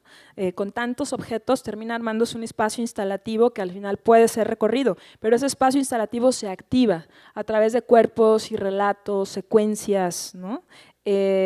No se pueden tocar casi nunca porque son cosas de la gente y hay un respeto a esa intimidad dependiendo de lo que la gente quiera, no menos si son museos, tampoco. Siempre suele haber un espacio instalativo, eso sí, como que termina armándose ese gabinete de cosas, ¿no? Que es muy bonito de ver además, ¿no? Ese despliegue de archivo de alguna manera siempre queda como una instalación. Pero es difícil contestarte porque cada caso tiene una modalidad distinta. ¿Tú querías preguntar algo? Sí. Hola Shaddai, mi nombre es Jos. Yo te quería compartir, te quiero compartir que hace cerca de 2 años aquí en la UNAM se creó un grupo conjunto de arquitectura y personas de teatro de aquí para la Cuadrienal de Diseño de Praga, era 2024. La idea era que como estudiantes creáramos pequeñas cajas que se activaran allá en Praga, ¿no? Una de ellas en la que yo participé, la llamamos los relatos del maíz. Nos guiamos mucho por tus principios, nos guió la profesora Aris Pretelín de aquí, y eran 3 cajas como tortilleros grandes, gigantes, en donde los desplegábamos y contábamos las historias que como integrantes teníamos como con el maíz, ¿no? Entonces teníamos historias del abuelito que falleció, pero que tenía sembradíos gigantes de maíz, entonces tenía distintos tipos de maíz, y después nos pasábamos aquí a la ciudad y cómo aquí se consume la tortilla muy distinto a otros lados, ¿no? Entonces yo me acuerdo que platicaba sobre el comal y las historias que tiene mi comal en mi casa, y todo lo que hay alrededor de ellas, ¿no? También recuerdo que estaba el abuelito de una compañera, entonces llevaba su sombrero y su camiseta de cuando iba y recogía a altas horas de madrugada las tortillas de otros lados, porque en otros lugares se consume tortilla de ese día o mejor nada, ¿no? Entonces recuerdo mucho que en las exploraciones dijimos vamos a explorar con los objetos, ¿no? Y yo me puse esta camisa de su abuelito y fue otra sensación, ¿no? Justo como los objetos guardan estas historias y esta vibra que no es la palabra, no es la sensación. Entonces, y recuerdo que ya después de visitar Praga, yo no visité Praga, pero se llevó allá, ¿no? Y después la presentamos aquí, ¿no? Vino muy poca gente y eso fue un poco triste. Sin embargo, mi pregunta era llevada al cómo das difusión a estos espacios que tú abres, ¿no? ¿Qué tanta gente va o cuál es la impresión de la gente que llega a estas instalaciones? Si es que suelen esperar una obra de teatro y se encuentran con este otro tipo de formas de hacer arte. Pero sí, esa ha sido mi experiencia a través de tu trabajo, que también estoy muy honrado de tenerte aquí y muchas gracias. Qué bonito trabajo. Aris fue mi alumna hace muchos años, en un taller bien bonito. Dijiste algo bien importante aquí que responde un poco también a las preguntas por la teatralidad, que es esta exploración fenomenológica, ¿no? De los objetos, como esta exploración corporal con las cosas, que cambia mucho cuando son objetos irreemplazables, en cuanto tienen un aura, en términos de Walter Benjamin, ¿no? O sea, esta cuestión de que son irreemplazables porque era la camisa del abuelo y no es cualquier camisa, ¿no? En mi experiencia, cuando trabajamos con objetos que tienen aura, nuestra manera de estar con ellos cambia bastante que cuando trabajamos con objetos adquiridos recientemente, ¿no? Que no es nada que sea mejor o peor, pero cambian las maneras de relacionarse. Y ahí entra la exploración fenomenológica y cómo yo aprendo a estar con esas cosas según lo que me transmiten, ¿no? Por ejemplo, el laboratorio que di la semana pasada, casi todos traían archivos afectivos, bien dolorosos, bien fuertes, todos lloraban, pero había una, por ejemplo, que no tenía ninguna relación afectiva con lo que había traído, al contrario, tenía moho y le había causado una enfermedad, entonces tenía una relación como de rechazo con eso, y era bien interesante. Le dije, perfecto, es que eso es lo que hay que atender, es de ser la presencia interpretativa, ¿no? Y fue precioso porque su trabajo fue así, un poco como rápido, con una rítmica distinta y su manera de contar también, ¿no? Y es que eso le pasaba a ella con eso, ¿no? Entonces ahí están las dramaturgias de objetos. ¿Cuándo han visto un libro de dramaturgia de teatro de objetos? Ana Alvarado de Argentina tiene uno, pero fuera de eso casi no hay. O sea, hay de dramaturgias de títeres, ¿no? Porque son exploraciones muy personales, muy fenomenológicas. Y es a partir de esa exploración que tú creas una secuencia o una composición, justo a partir de esa relación.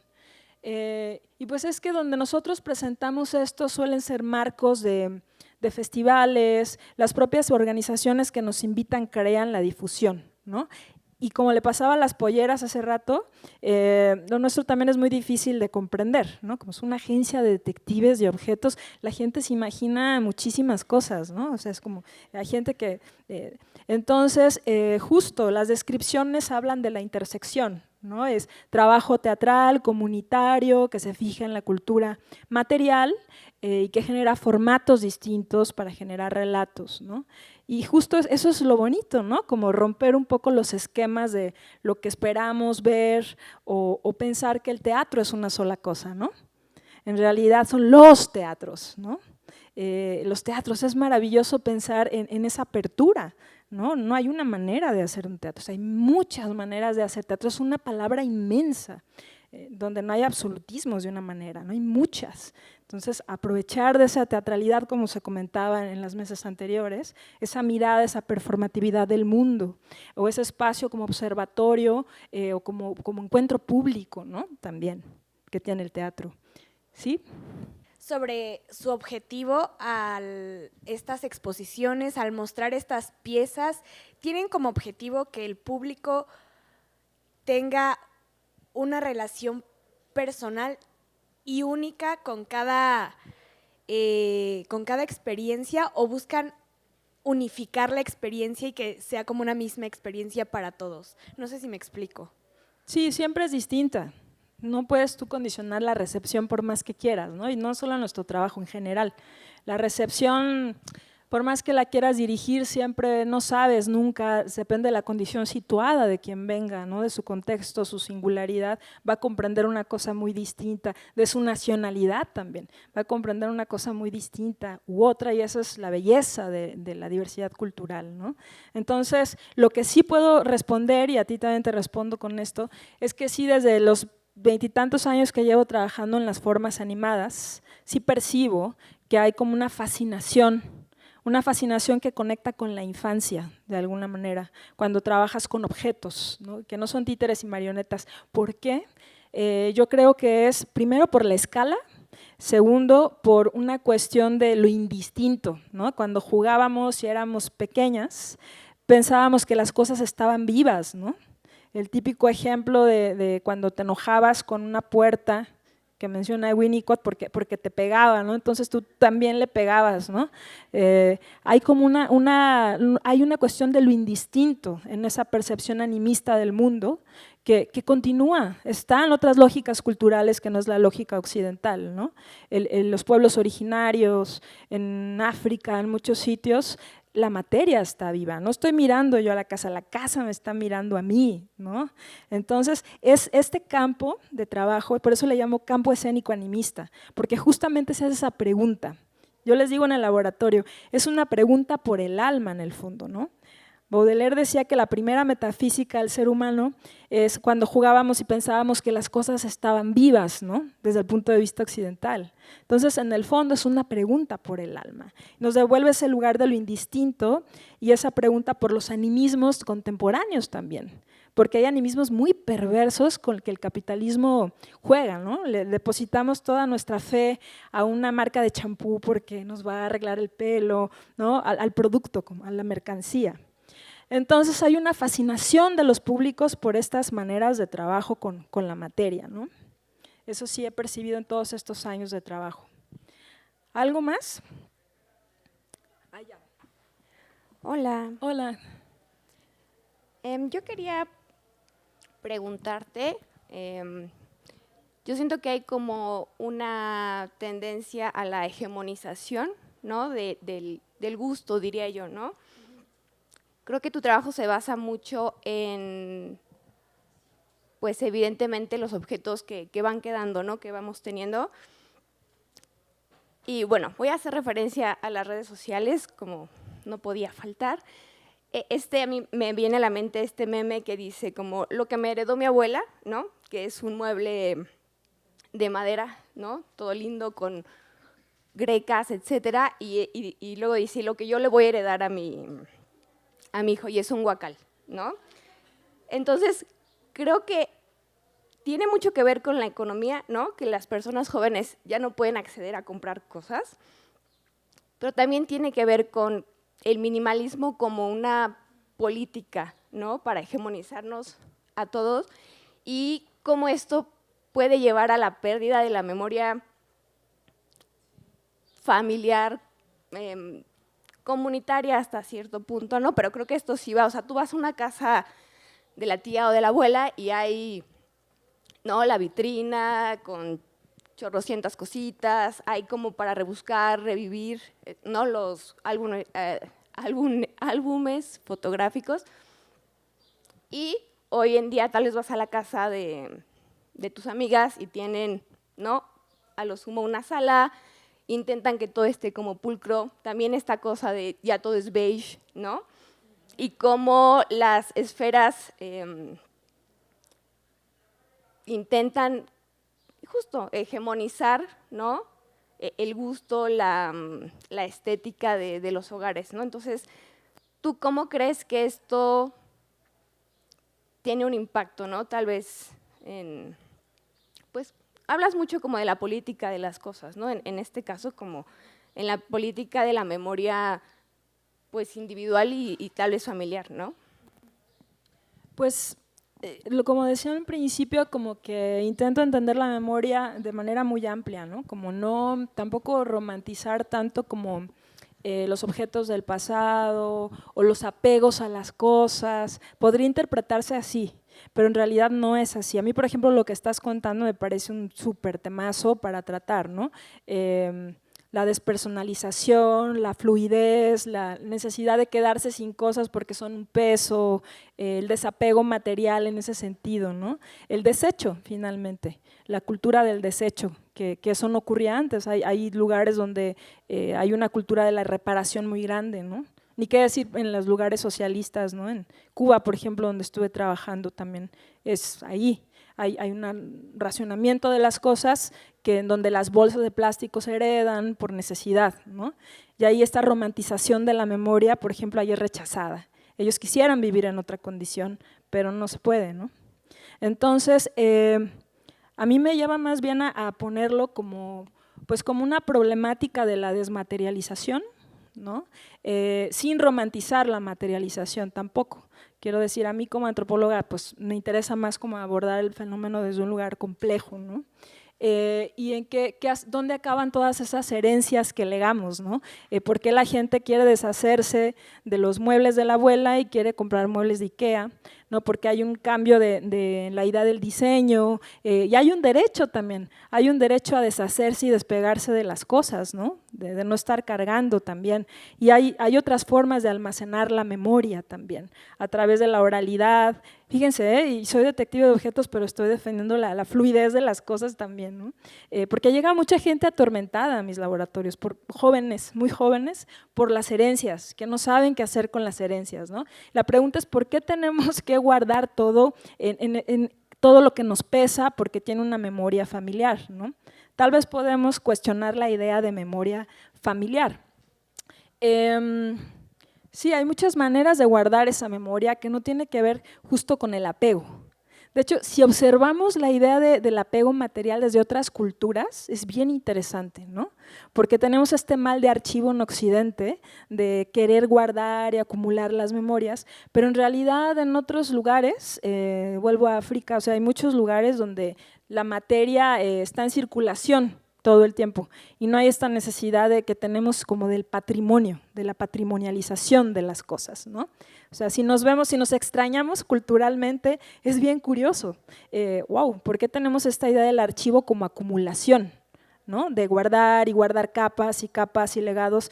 ¿Por qué mejor no ponemos a circular las colecciones y los archivos? No sé, hay como muchas preguntas y ahí me parece que esa como estandarización del gusto también tiene como una pregunta sobre por qué tenemos como que guardar esas formas antiguas y no vivir en nuestro tiempo, ¿no? O qué hacemos para que convivan esas formas antiguas con esta estética de este tiempo. Eso es más divertido, ¿no? Cómo creamos esos palimpsestos.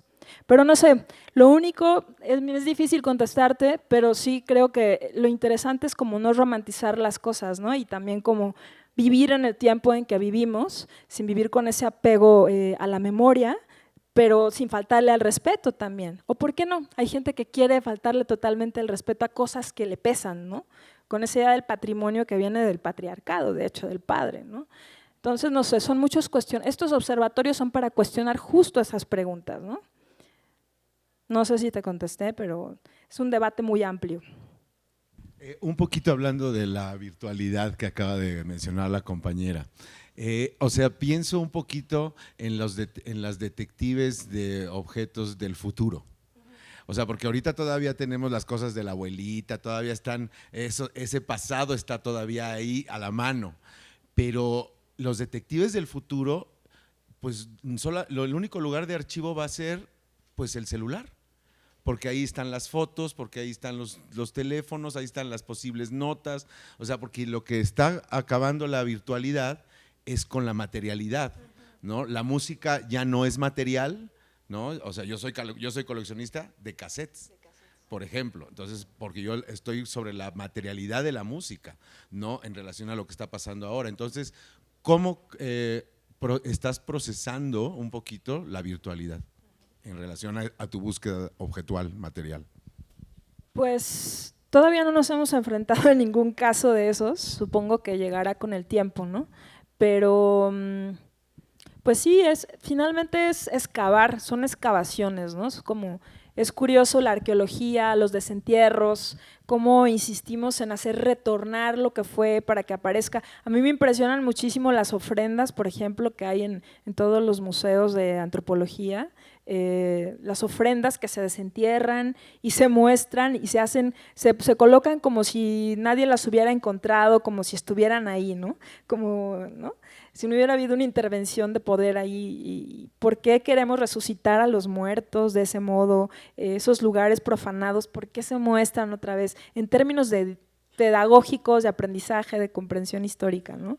Entonces, claro, lo que van a empezar a encontrar o desenterrar de nosotras en el futuro, pues justamente son desechos, en este término que tú usaste de toda la obsolescencia programada, ¿no? Como todos los artefactos, las maquinarias internas de las computadoras de los años 90 que ahora se usan también como rollos vintage o como para construir maquetas muy interesantes, etcétera.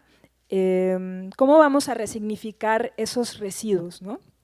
Si nos imaginamos un corte de la tierra, No sé si lo han visto alguna vez, estos cortes de la tierra que tienen un nombre científico, que ahora no sé, donde se ven los diferentes sedimentos, ¿no? Y donde se alcanzan a percibir desechos de las diferentes épocas, y ahora lo que se ve es plástico, ¿no? Como puro plástico, plástico, plástico en relación a los huesos, a la cerámica, cómo vamos cambiando, ¿no? ¿Qué van a desenterrar de nosotros después? No lo sé, pero es algo fascinante, ¿no? De pensar y pensar en esos agenciamientos de la materia distintos que no sabemos qué va a ocurrir con ellos, porque esas materialidades se van a disolver, se van a ensamblar con la tierra, se van a ensamblar con otras materias y van a generar híbridos, van a generar cosas extrañas que no sabemos qué son. No sé si han leído este libro de Materia Vibrante de Jean Benet. Ajá, Materia Vibrante de Jean Benet, encuentran creo que la introducción en línea, habla justo de estos agenciamientos, ¿no? Estas redes de relación. La bolsa de plástico que se va por el mar navegando y que empieza otros agenciamientos con los corales, con el agua, con la sal, con las moléculas, que no porque esté fuera de mi visión no quiere decir que no exista, está existiendo, ¿no? Entonces, yo no sé, creo que las detectives del futuro estarán observando esos nuevos agenciamientos y redes materiales que emergen, que seguramente serán muy interesantes, ¿no? Como te digo, no romantizo como lo artesanal y el pasado, pero me gusta la materia, ¿no? Había otra pregunta por ahí, no sé, sí. Pues no sé si lo estoy viendo desde el otro extremo, pero justo con las sensaciones que estoy identificando, no le vi el significado a todos estos objetos hasta que tú nos contaste las historias, ¿no? Y ahora mi pregunta es, ¿qué hacer si no tenemos estos antecedentes? ¿Qué hacer si no hay nadie que nos cuente esta historia de este objeto para justo entender esa intimidad? Esa sería mi pregunta, lo estoy viendo desde el otro extremo ahora. Sí, pues justamente este trabajo, una de las trabajo que hacemos en los laboratorios o en lo que hacemos es la importancia del relato, ¿no?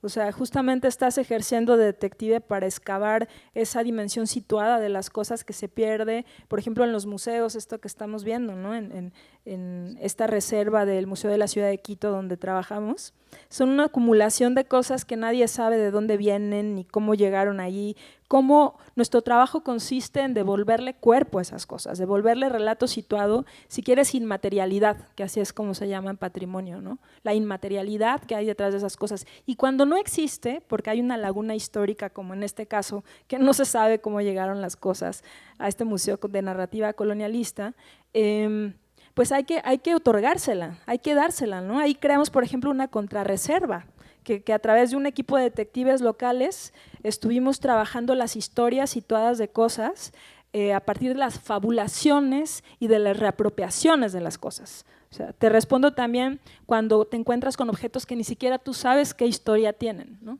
En este caso, objetos de museo. Ahí estamos viendo a Andrea Alejandro Freire, que es de la comunidad afrodescendiente, que trabajó con nosotras y se reapropió de todos los baúles que había en la colección, baúles que habían sido comprados a monjas en un claustro de enfrente y nadie sabíamos por qué había tantos baúles ahí, pero hizo una reapropiación desde el hecho de cargar que tiene toda su comunidad afrodescendiente y toda la historia de esclavitud que ha habido en Ecuador, y creó toda una genealogía y un archivo del cargar a nivel de fotográfico, de dibujos.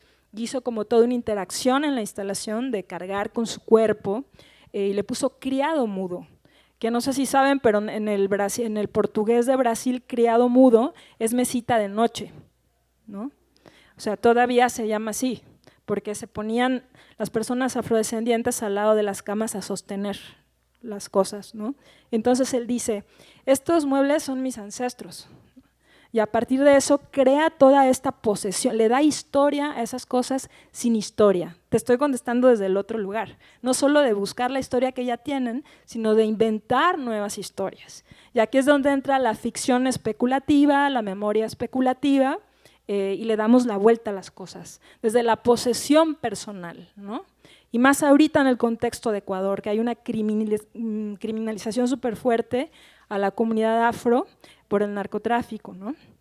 Por el militarismo, que se va por el racismo, se van hacia la comunidad afro. Y Andrea Alejandro hace toda esta reinvención de los baúles de ese museo donde nadie sabe qué hacer con esos baúles, ¿no? Y cobran otro sentido. Están llenos de huellas de mis ancestras. ¿Quién cargó todo esto? ¿No? Entonces, no solamente es buscar la historia que ya tienen esas cosas, sino la posibilidad de reinventarla con la imaginación y con la propia historia del cuerpo presente puesta en relación con esa materialidad, ¿no? Y ahí es donde se abre todo un campo de posibilidades. Bueno, creo que tenemos que ir casi terminando, ¿verdad? ¿Me dicen? Solamente, pues para concluir, gracias por las preguntas, creo que se hace como más dinámico así. Decirles que para nosotras todo este trabajo, ya están viendo nuestros 10 años, hicimos todo un evento de 10 años con los residuos de todos los casos, que se volvió archivo vivo para la gente. Lo más importante pues es que esto no termina, ¿no? Tiene reverberancia. Yo publico libros, tengo varios libros por ahí, de hecho hay uno que se llama Detectives de Objetos, con 3 casos, que sacaron la edición mexicana en la Universidad de Sonora, en microgramas, está bien bonito, lo encuentran en las librerías del fondo. Tengo muchos otros libros de teoría, ¿no? De teoría de los teatros de objetos. Para mí lo importante de esto es que esa experiencia reverbere en duración, no solo en el lugar, sino también como pedagogía y como compartir, ¿no? Todo lo que estoy compartiendo aquí tiene una voluntad pedagógica y de investigación-creación. Hablaban de sistematizar, ¿no? Pues un poco estas son otros giros de la academia también, porque pues son maneras de ponerle cuerpo a nuestras palabras, ¿no? Entonces, eso es muy importante para mí. Y pensar que la resolución de los casos en realidad pasa por aquello que queda cuando nosotras ya no estamos ahí, ¿no? ¿Qué es lo que queda en las personas? ¿Qué es lo que queda en las comunidades? Y por supuesto en nosotras también. Son intercambios afectivos muy fuertes y trueques de muchas cosas que casi no he mencionado. Pero también creo que en este mundo tan violento en el que vivimos, pues lo importante son estos refugios compensatorios que podemos hacer desde la ficción, entendida como construcción también, ¿no? O como espacio de consuelo compartido, y eso, no sé qué más decir, ya dije demasiado. Muchas gracias a la Cátedra Bergman, a Teatro UNAM y a ustedes por estar aquí.